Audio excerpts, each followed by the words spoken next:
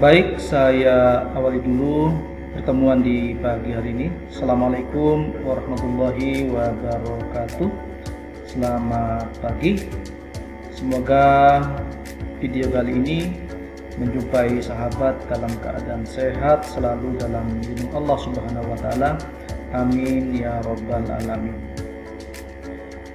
Sebagai motivasi dari saya, tetaplah menjadi pelajar, karena dengan menjadi pelajar kita tidak akan pernah berhenti belajar. Teruslah belajar, karena kehidupan tidak pernah berhenti untuk mengajarkan. Jumpa lagi dengan saya, Ahmad Syafi'i, di channel Sahabat Pelajar Digital. Pada kesempatan kali ini saya akan berbagi atau sosialisasi PPDB Jatim 2022-2023.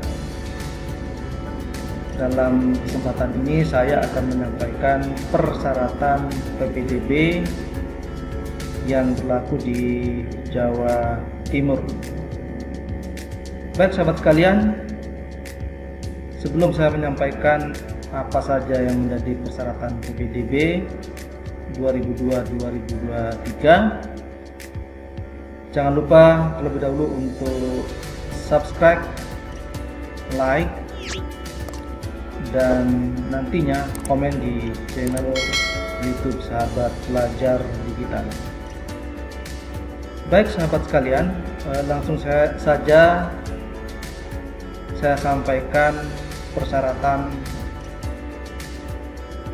PPDB 2022-2023 yang saya ambil dari Juknis PPDB Jatim 2022. Pertama, PPDB dilaksanakan secara objektif, transparan, dan akuntabel. Jadi harus terbuka ya, tidak boleh pilih kasih apalagi diskriminasi. Selanjutnya, PPDB sebagaimana dimaksud pada huruf A dilakukan tanpa diskriminasi, kecuali bagi sekolah yang secara khusus dirancang untuk melayani peserta didik dari kelompok gender atau agama tertentu.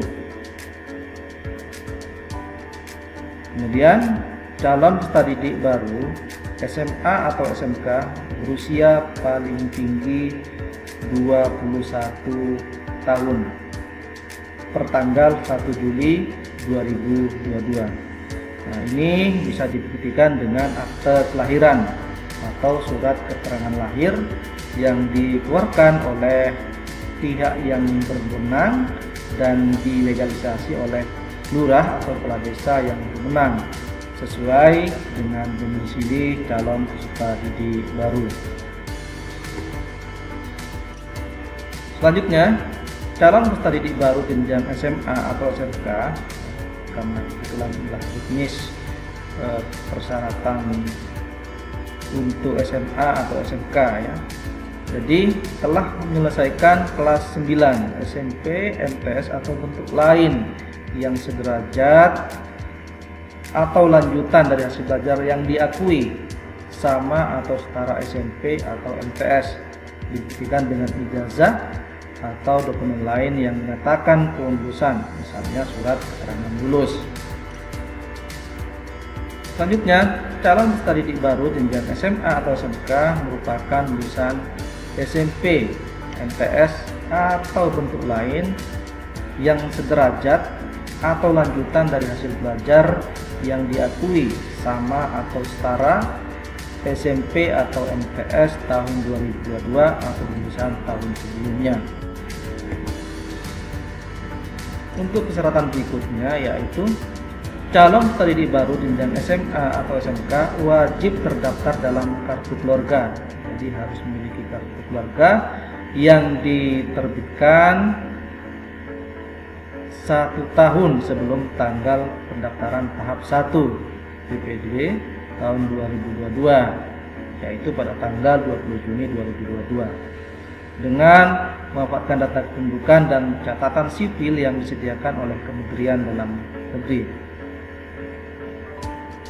Selanjutnya, dalam hal kartu keluarga sebagaimana dimaksud pada huruf F ya, tidak dimiliki oleh calon peserta didik baru karena keadaan tertentu, maka dapat diganti dengan surat keterangan domisili yang diterbitkan oleh lurah atau kepala desa atau pejabat setempat lain yang berwenang tanpa dibatasi masa mulai berdomisili, dan melakukan fotokopi surat keputusan dari Badan Penanggulangan Bencana Daerah BPBD setempat tentang status keadaan bencana.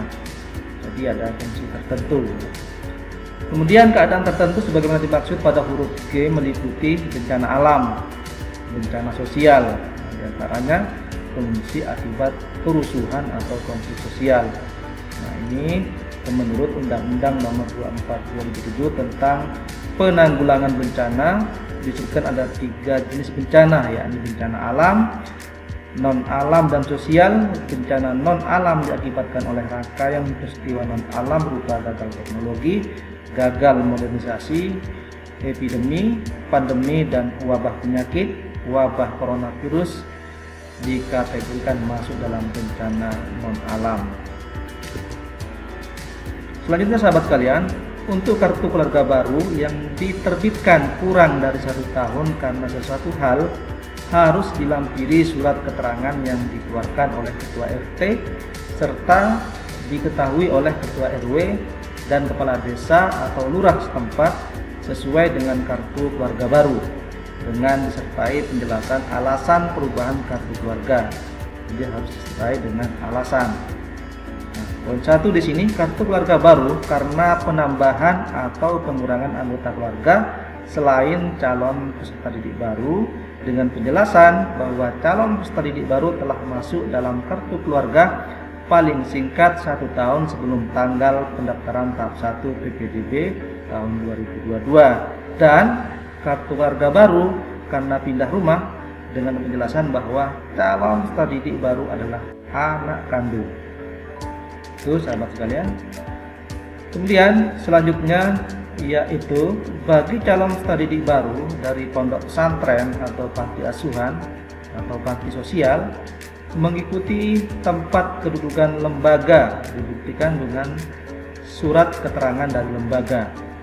Nah, untuk jenjang SMK dengan bidang keahlian, program keahlian atau kompetensi keahlian tertentu dapat menetapkan tambahan persyaratan khusus dalam penerimaan peserta didik baru kelas 10. Jadi SMK itu diberi keleluasaan untuk menambah persyaratan khusus ya, sesuai dengan kondisi SMK. Selanjutnya, persyaratan usia sebagaimana dimaksud pada huruf C dikecualikan untuk sekolah dengan kriteria menyelenggarakan pendidikan khusus, menyelenggarakan pendidikan layanan khusus, sekolah di wilayah kepulauan, pegunungan, dan pedalaman, sekolah di daerah yang jumlah penduduk usia di sekolah tidak dapat memenuhi kebutuhan jumlah peserta didik dalam satu rombongan belajar. Calon peserta didik baru penyandang disabilitas telah menyelesaikan jenjang SMP atau bentuk lain yang sederajat atau lanjutan dari hasil belajar yang diakui sama atau setara SMP atau MTS. Selanjutnya sahabat sekalian, calon peserta didik baru jalur penyandang disabilitas mempunyai hasil asesmen awal, yaitu asesmen fisik, psikologis, akademik, fungsional, sensorik, dan motorik oleh psikolog, psikiater, dokter spesialis, dan surat keterangan dari kepala sekolah asal yang menerangkan kelompok difabel siswa. Selanjutnya, calon peserta didik baru di kelas 10 SMA atau SMK yang berasal dari sekolah di luar negeri selain memenuhi persyaratan pada huruf C dan D harus mendapatkan surat rekomendasi izin belajar, dan permohonan surat rekomendasi izin belajar disampaikan kepada Direktur Jenderal yang membidangi pendidikan anak usia dini, pendidikan dasar, dan pendidikan menengah untuk calon peserta didik baru SMA, dan Direktur Jenderal yang membidangi pendidikan vokasi untuk calon peserta didik baru dari SMK. Selanjutnya sahabat sekalian, bagi sekolah yang menerima peserta didik warga negara asing wajib menyelenggarakan matrikulasi pendidikan bahasa Indonesia paling singkat 6 bulan yang diselenggarakan oleh sekolah yang bersangkutan. Selanjutnya, dalam hal sekolah yang menerima peserta didik warga negara asing tidak melaksanakan kewajiban sebagaimana dimaksud pada huruf P, dikenai sanksi administratif berupa peringatan tertulis. Selanjutnya, calon peserta didik baru tidak sedang terlibat dalam tindak pidana.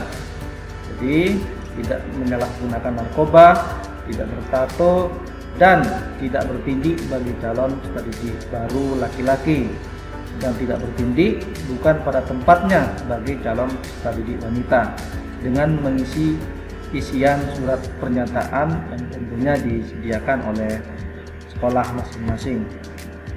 Kemudian selanjutnya persyaratan khusus bagi calon peserta didik baru SMK, yaitu calon peserta didik tidak boleh buta warna pada jurusan tertentu. Yang pertama yaitu tata kecantikan rambut dan kulit, tata busana, multimedia, teknologi dan rekayasa, kecuali ada kecualinya ya untuk teknologi dan rekayasa.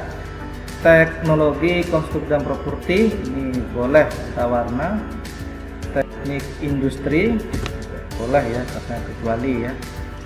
Nah, kemudian seni dan industri kreatif, kecuali ya, ini boleh ya, seni patung boleh, seni musik, seni karawitan, seni pedalangan, seni teater, produksi dan siaran program radio,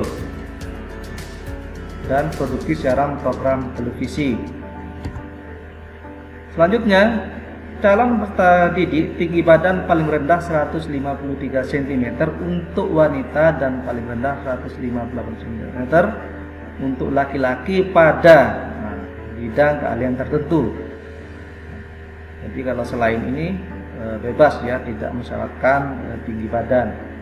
Ini dia harus 153 ya, paling rendah, yaitu pada bidang keahlian atau program keahlian kompetensi, usaha perjalanan wisata, perhotelan, spa dan beauty terapi, tata kecantikan rambut dan kulit, kemudian teknik alat berat. Selanjutnya, pembentukan kelas industri bagi SMK dapat dilakukan setelah pelaksanaan PPDB dan dilakukan di sekolah masing-masing dan tidak boleh menambah pagu. Itu sahabat sekalian, persyaratan PPDB Jatim 2002-2023. Jika ada pertanyaan bisa ditanyakan di kolom komentar. Kurang lebihnya saya mohon maaf. Terima kasih. Saya akhiri. Assalamualaikum warahmatullahi wabarakatuh.